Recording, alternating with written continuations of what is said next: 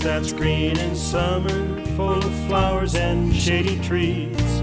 It's a place that's full of history, and it has a future too. It's Ashland, Massachusetts, a town for me and you. Welcome to Ashland's Chronicle. Today we have two guests. We have Steve Mitchell here, one of our selectmen, one of the most active volunteers in town, and Michael Herbert, our money master. Try to be. Well, thanks for having us. My pleasure. Steve is my primary guest, and so we will start by asking him a few questions. Steve, how long have you been here in Ashland? I've been here about 40 years, I think 40 years coming up in October. So we moved here in 1975, just after our son was born, October the 16th of 75, during probably the best World Series of all times, Red Sox versus the Cincinnati Reds. Oh, I don't remember that. I do remember a game that they played in, I think, 1986. And I was recovering from my first major heart attack at that time. And I shouldn't have been watching the game because it almost killed me. Well, we're glad that they didn't. But you know, the old saying about the Red Sox for years was, prior to them winning the first World Series, was that, you know, they killed my father and now they're after me. I hadn't heard that. I just heard wait till next year. Well, we had another baseball team in town for many years. I remember when I was a kid, we had the Boston Braves, and they were from the other league. I guess the Red Sox are American League and the others are National League. Yeah, a little bit before my time, and I think Michael's as well. Yeah. Oh yes. Oh yes. Yeah, they're very colorful. Yeah. And, well, I actually didn't realize you'd been here that long. How long have you been active in town? I'm going to say active, probably for about 15 years or so. Started out, well, actually years ago, active in sports leagues in town when our son was young and involved in soccer and those activities. And then once he went away, there were opportunities to get involved in things such as the last charter review committee. We were actually going through a charter review currently. I served on the last one that the town did. And then after that, got active into the finance committee. I remember that. And then subsequent to that, onto the Board of Selectmen. So that's kind of my town government sort of flow. Yeah, but you've done a number of other things on the side. I give you credit for the farmers market. I don't think we would have one without you. Well, I would dispute that because I think it's really taken a community to build up the farmers market.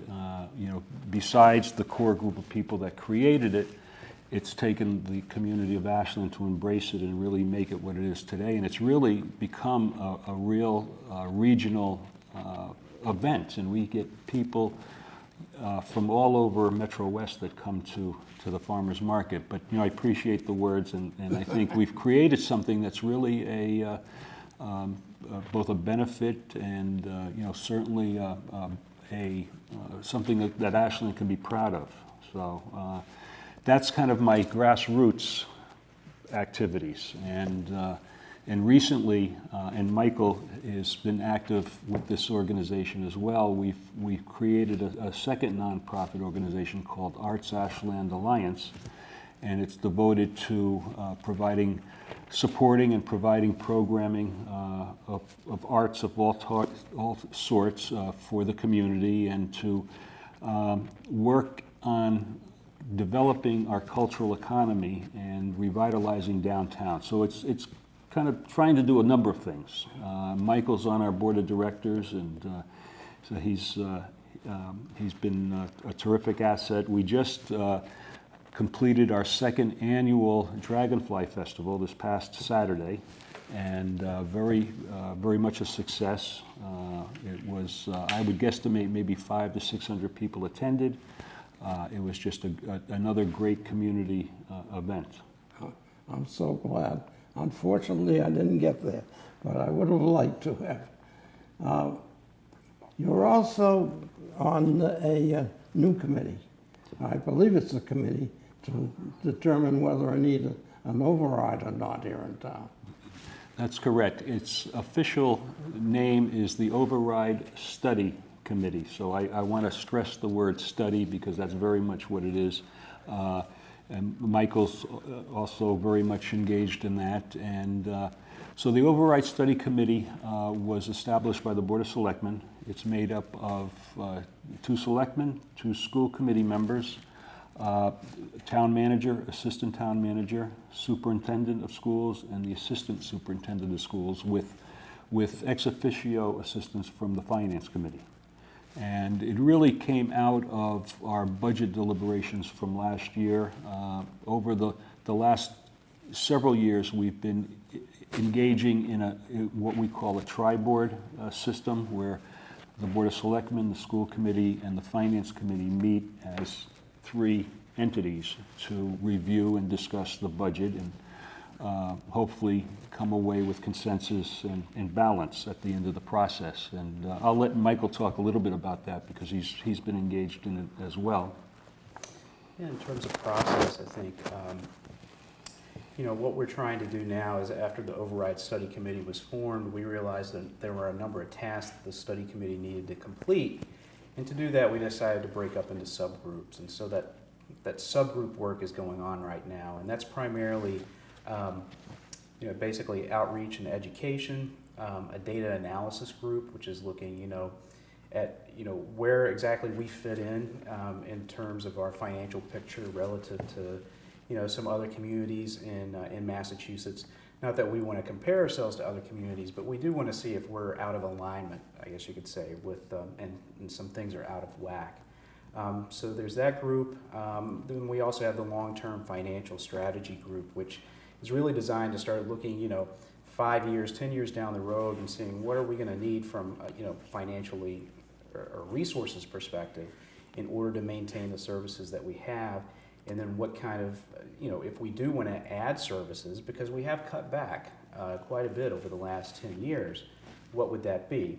And then finally, the final group, which I think is, a real critical component of in this whole process, is the tax relief working group, which is to basically assess our tax relief measures that we currently offer, determine what if any different outreach methods we need to implement to make those more available, but then also to look at current or new tax relief measures that may be implemented as part of an override strategy.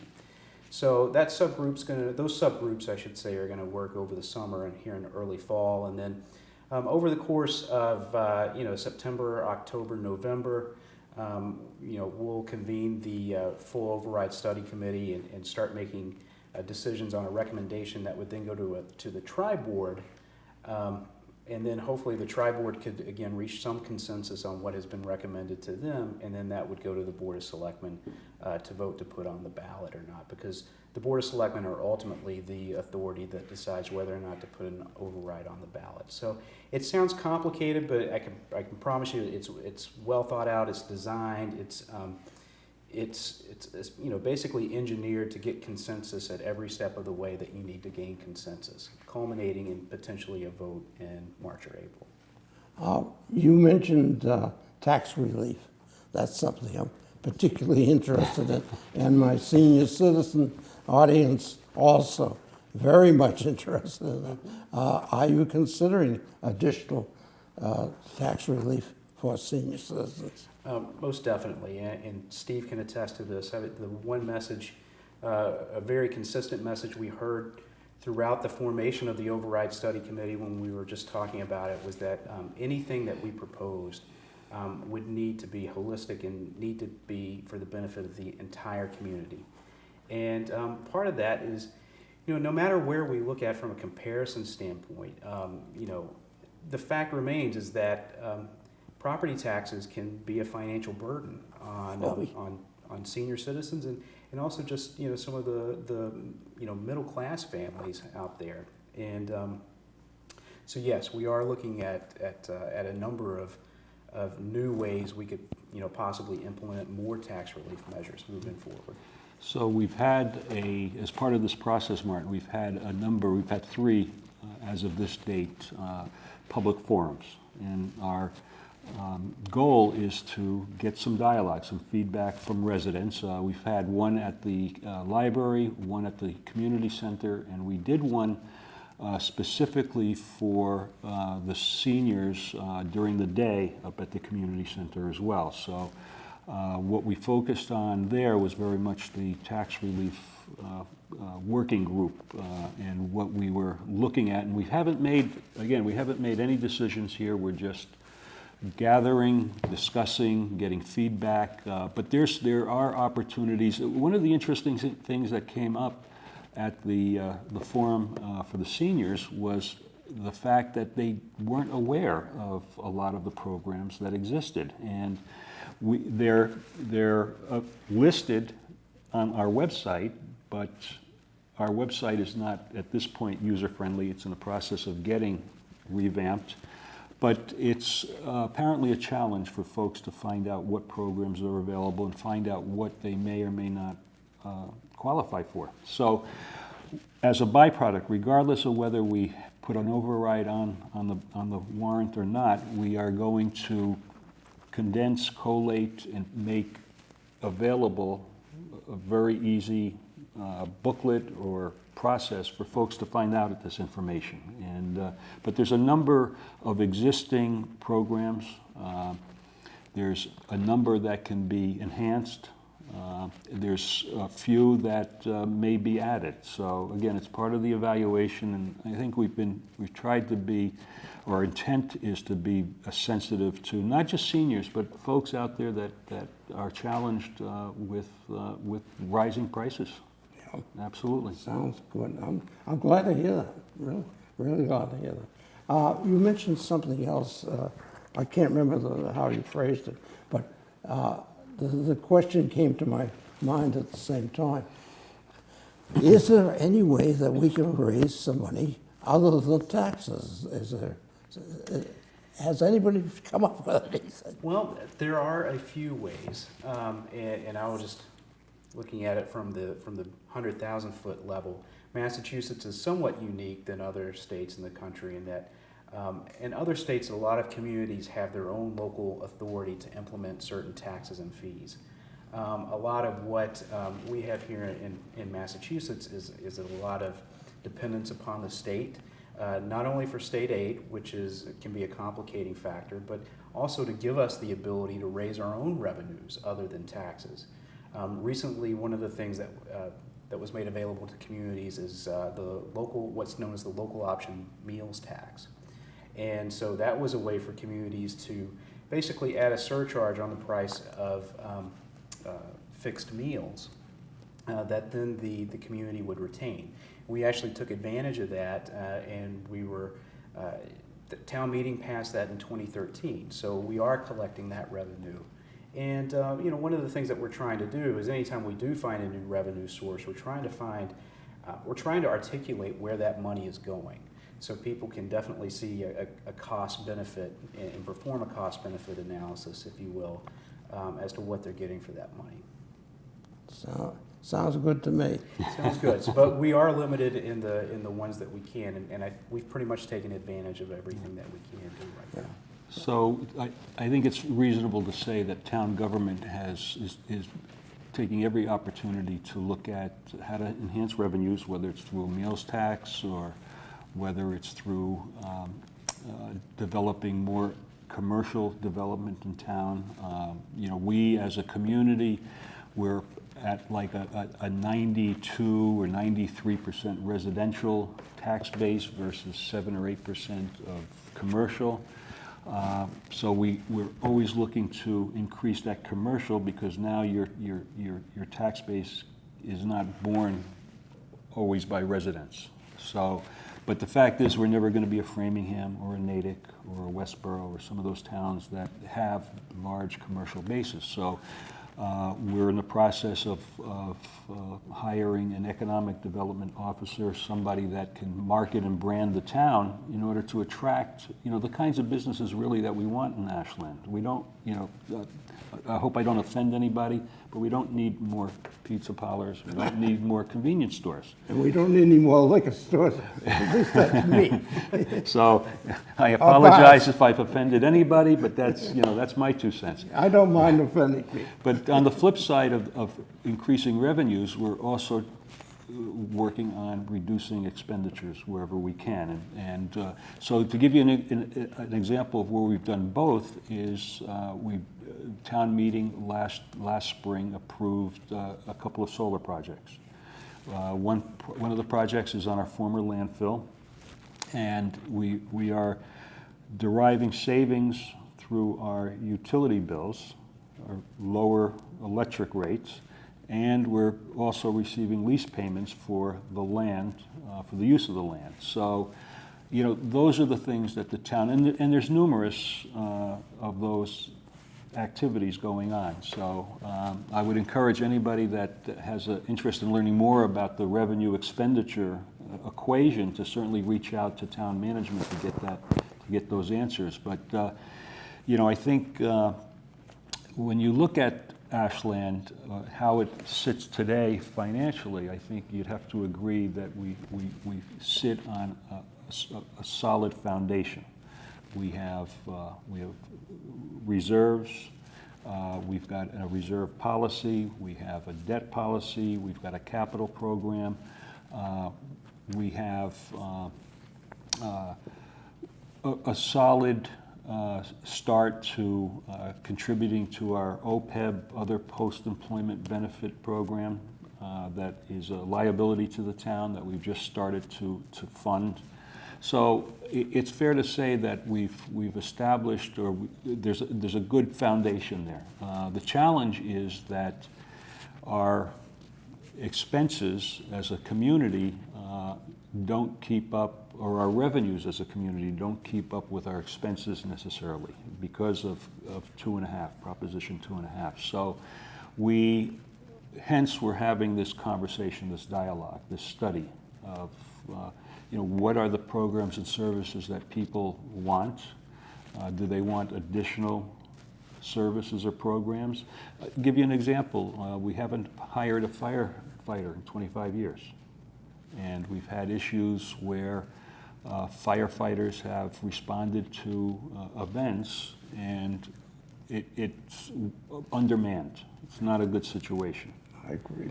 So we need to evaluate that, and are those, those are the things we need to look at when we're evaluating or studying the potential. You mentioned something back there a bit, that we're not a Framingham or a Natick, and it almost like an apology. And I don't think we should apologize for that at all. I think we should be thankful that we're not a Framingham good point. Natick. I certainly don't, we are Ashland, and we should be proud of Ashland, Yes. and we should market and brand ourselves for who we are. And I think I've been describing us as a small town with a big personality. And a lot of the events and activities that I get engaged in are trying to promote that. And so it's, I agree, it's not an apology by any means. It was just a way of I think, contrasting the commercial tax base versus the residential tax base. Well, I don't think the tax base helps them. I think they spend it all on more police, more fire, and more road problems, and God only knows what. Because you look at the average, you take a plot of land here in Ashland with a house on it, and go find an equivalent in Framingham, you'll find the taxes on that piece of property are just about the same. Pretty much, I mean, where Framingham really benefits from that strong commercial base is in their split tax rate. So they have different tax rates for businesses versus, just residential homes. And, the tax rate for commercial businesses in Framingham is around $39 per thousand, and the residential tax rate there is about 17. Wow. Like $17.80. So, there's a big discrepancy there. More of the burden, the total tax burden is borne by the commercial businesses. And I think what Steve was talking about when he made the comment about the fact that we're not, a Framingham or a Natick, is that, I think in any type of strategic planning endeavor, whether you're looking at financially or, just where you want to go as a community, it's important to capitalize on your strengths. For example, I realized very early on I was never going to be a good basketball player. Just didn't have the coordination or the height.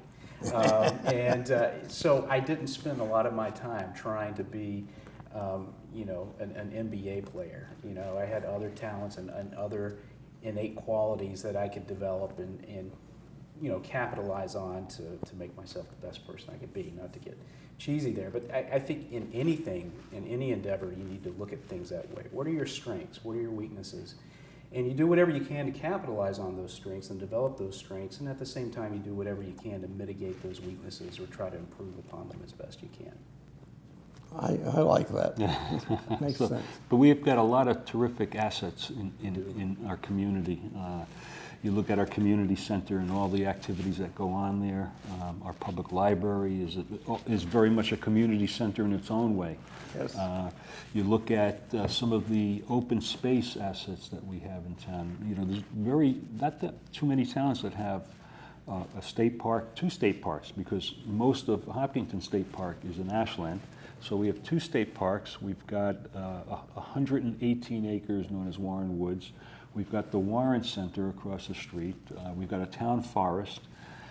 We've got a active and developing downtown. We've got some great restaurants in Ashland, and so there's a lot of these cultural assets that from my vantage point we should leverage to increase our commercial tax base. I like that. And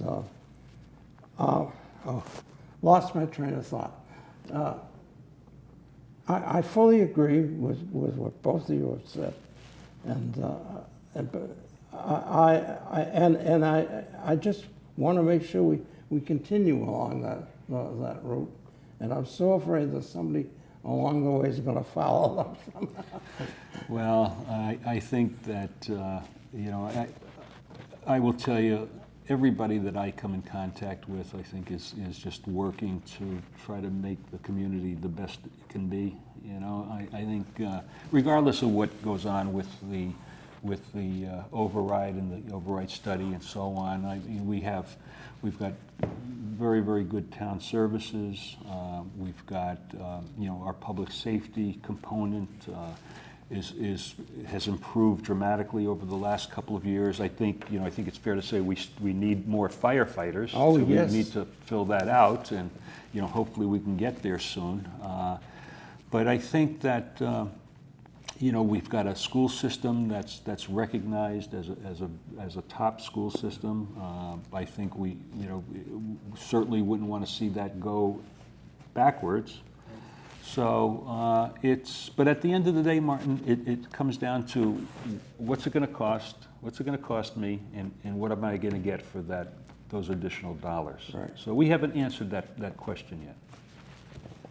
I'd like to assure our audience that in spite of our difficulty, in spite of the fact that we desperately need more firemen, more police, and a central building to house them, and a much larger building at that.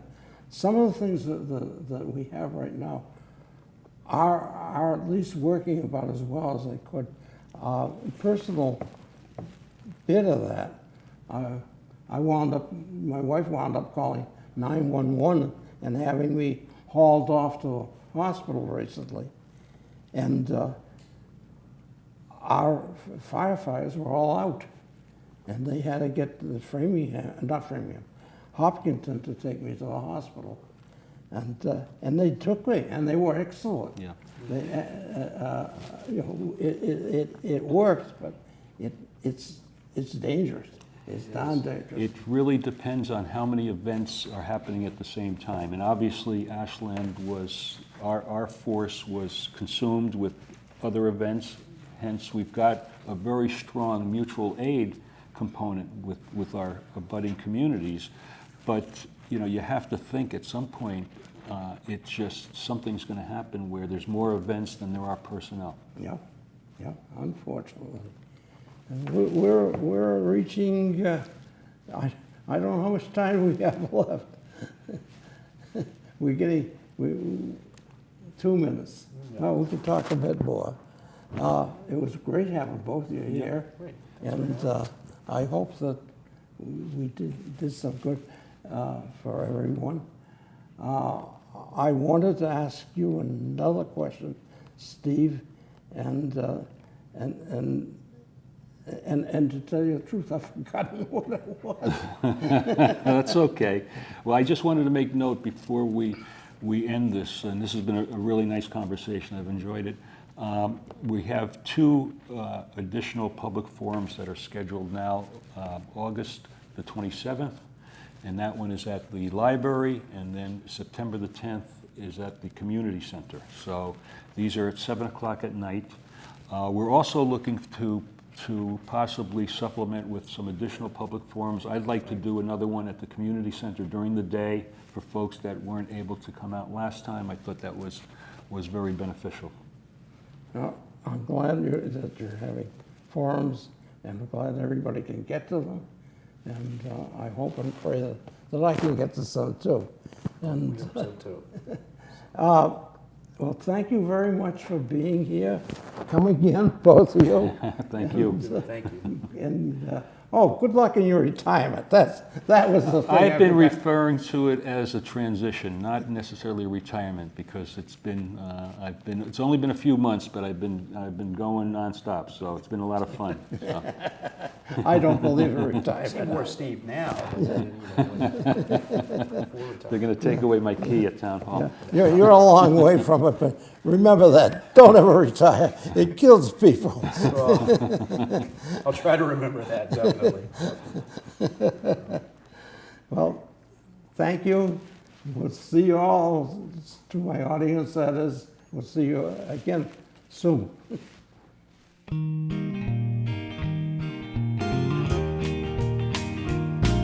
There's a town up in New England that is great for families.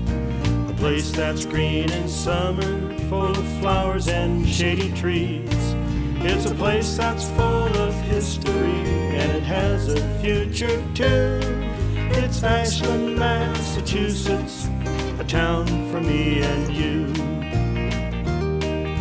For sports we have the Clockers.